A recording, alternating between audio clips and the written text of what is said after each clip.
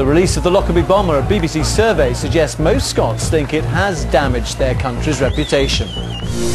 With additional commentary by me, Peter Dow, author of the Scottish National Standard Bearer website and administrator of the For Freedom forums. Now, an opinion poll conducted for BBC News in Scotland has found a majority of those surveyed are against the Scottish Government's decision to release the Lockerbie bomber. Abdelbaset Ali al-Megrahi received a hero's welcome on his return to Libya last week. Most of those polled said they believe his release has damaged Scotland's reputation.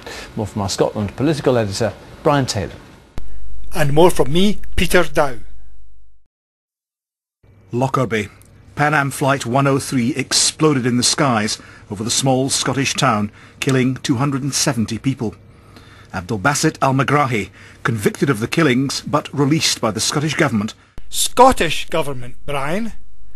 Well, the Queen's Government of Scotland would call themselves Scottish, even if they are enslaving Scots, wouldn't they? On the grounds that cancer has brought him close to death. From jail in Scotland to a jubilant welcome in Libya. From confinement to global controversy. Scots, it seems, are deeply unhappy with that decision. Polling was conducted by ICM Research for BBC News. They interviewed 1,005 people throughout Scotland on Wednesday and Thursday this week. The findings suggest that 74% believe Scotland's reputation has been damaged, while 60% believe al-Megrahi should not have been released. The Scottish Government. The Scottish Government, Alec? Well, you would call your government Scottish, even though you have been appointed by Queen Elizabeth to keep Scots enslaved by her rule. We're motivated by upholding the due process of Scots law. The due process of Scots law, Alec? The processes of Scots law are well overdue for revolution. It is not due process for Scots to have imposed upon us a Union of the Crown's constitution from hell, imposing arbitrary justice, with bad laws imposed and good laws ignored.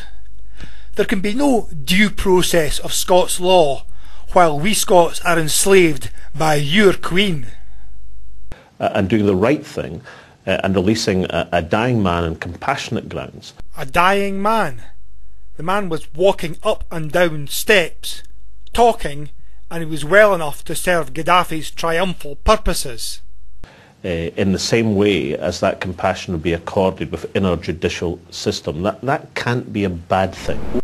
That release was not the same as judicial compassion. That was soft in the head, which is a bad thing from a government.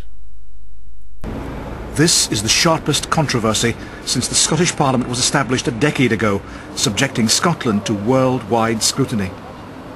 And the core of that entire controversy resides here, St Andrew's House in Edinburgh, the headquarters of the devolved Scottish Government. Power devolved is power retained. It is a United Kingdom, Union of the Crown's Government of Scotland. Government by the Queen and for the Queen. It was the Scottish Justice Secretary Kenny MacAskill who took the decision to free the Lockerbie bomber. It was my decision and my decision alone. According to our poll, Scots don't think Kenny MacAskill should resign. They believe he got this one wrong. Kenny MacAskill did not take this decision alone. He cited support from the churches, led by former Lord High Commissioners of the Church of Scotland, like David Steele, and Prince Andrew, the UK's oil deal representative to Libya. A clear majority think al-Megrahi should have remained in prison until he died.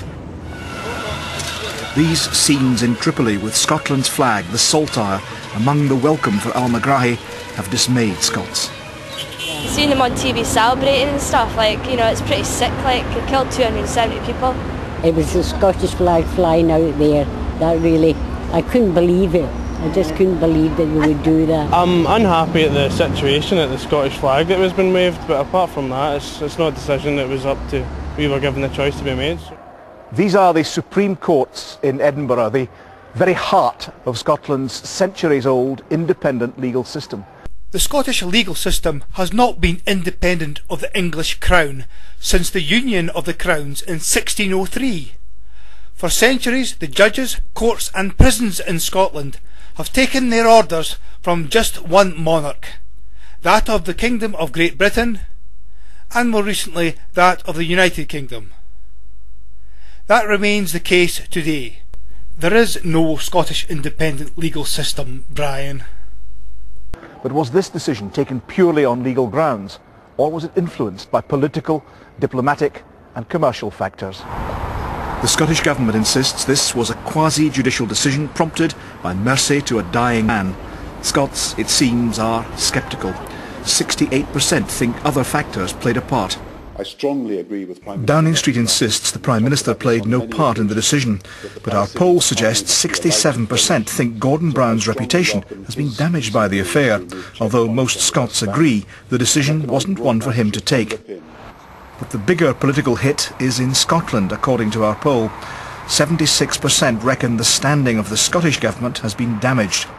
In the longer term, the anger may abate, the controversy decline, but right now, the Scottish saltire is hanging just a little limply. Brian Taylor, BBC News, Edinburgh. The only thing which is limp is your political analysis, Brian, which fails to identify that the Queen's government in Scotland has no entitlement to use the saltire as an alternative butcher's apron by releasing a man convicted of butchering Scots and our friends at Lockerbie. Discuss with me, Peter Dow, and other viewers of this video by registering your own username account with the For Freedom forums.